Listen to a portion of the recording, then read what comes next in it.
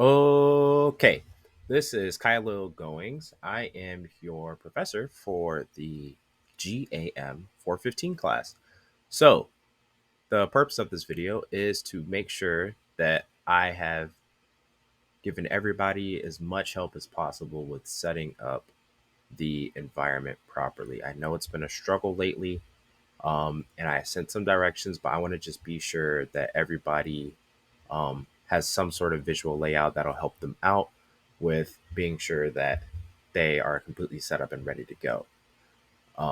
So, first things first, let's make sure that we have all the correct software. So, firstly, you want to make sure I'm going to close out all this just so you can see how everything opens.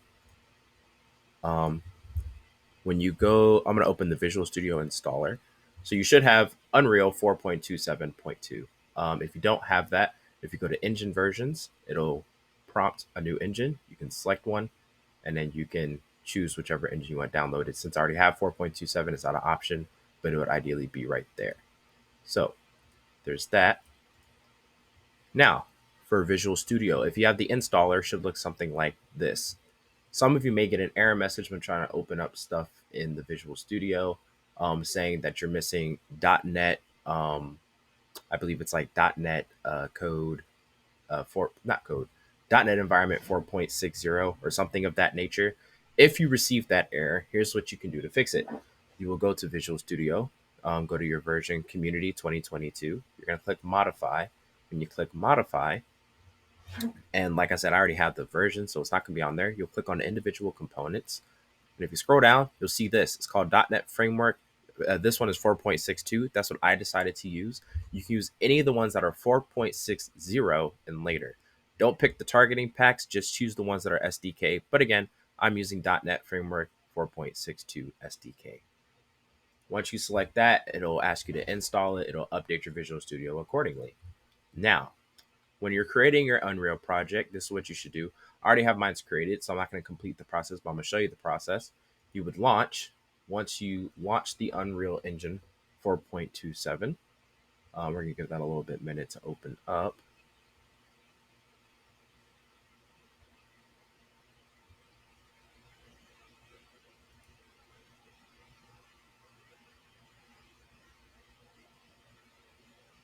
Let's see what happened.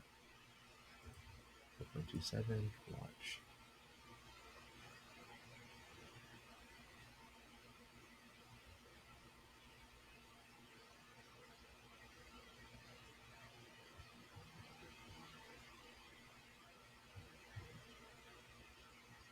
Here we go. Just took a little bit of a minute for it to open up for me. Um,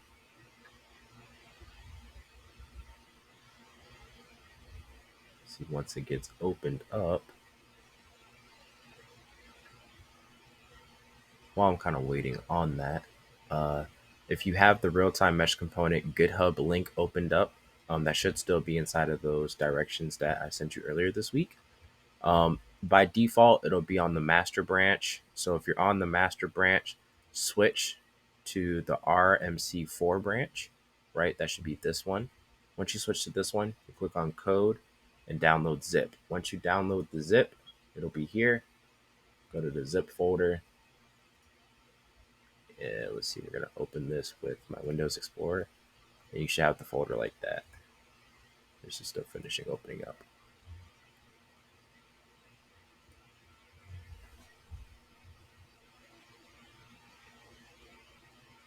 I might just have too many things open.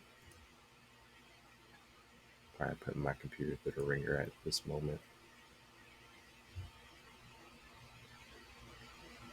Here we go.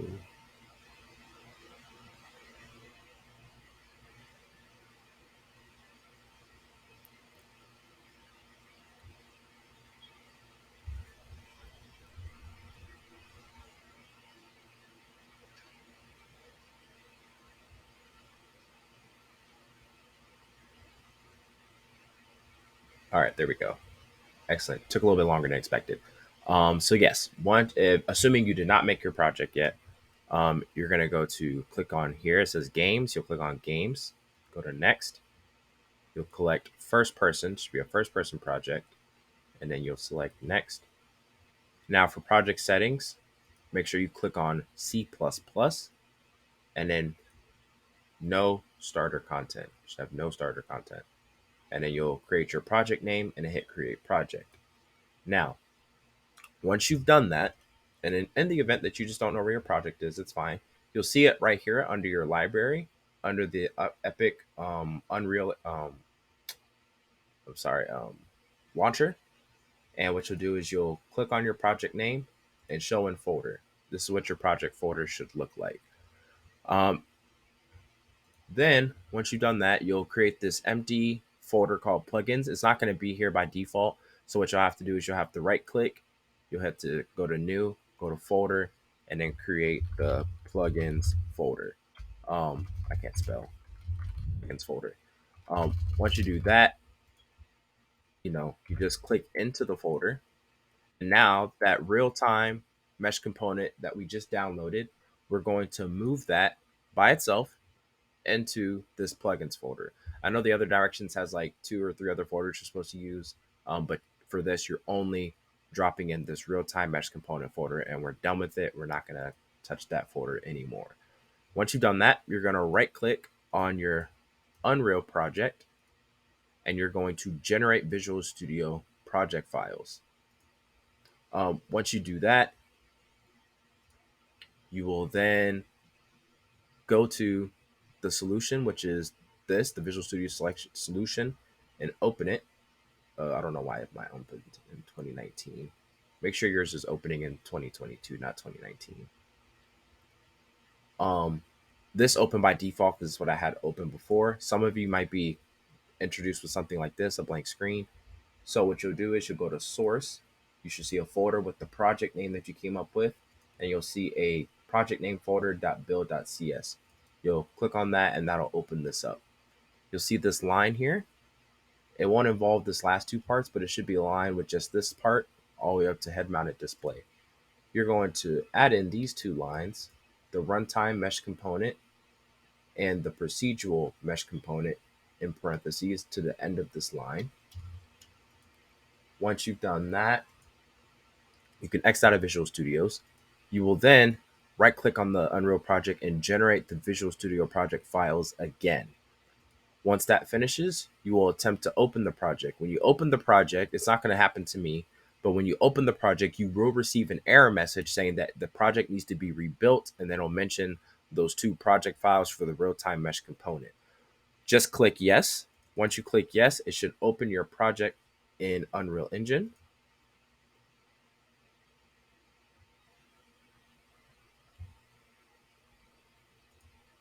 Let's see. Once it opens up, actually close out of this too. At this point in the tutorial, you should be good to go. I'm going to show you what you should be looking for once you open up the 415 project.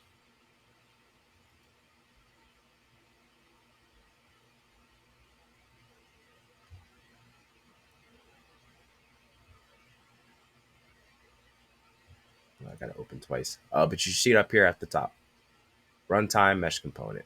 The runtime mesh component also includes its own Discord. I encourage you to join it just so you can interact with other people that are more familiar with the component that can probably give you more advice on it as well. Um, just as a word of advice, it's not necessary or anything, but just so you know for your knowledge that it is there as a resource for you. So once you've gotten this, you should be set and ready to go. You should be able to play the project and move around in your scene without any issues. With that, you should be all set up and ready to go. I hope this helps you. And if you have any further questions, you can reach out to me um, via email, and I can give you more information on setting up your environment if you have any other personal issues as well.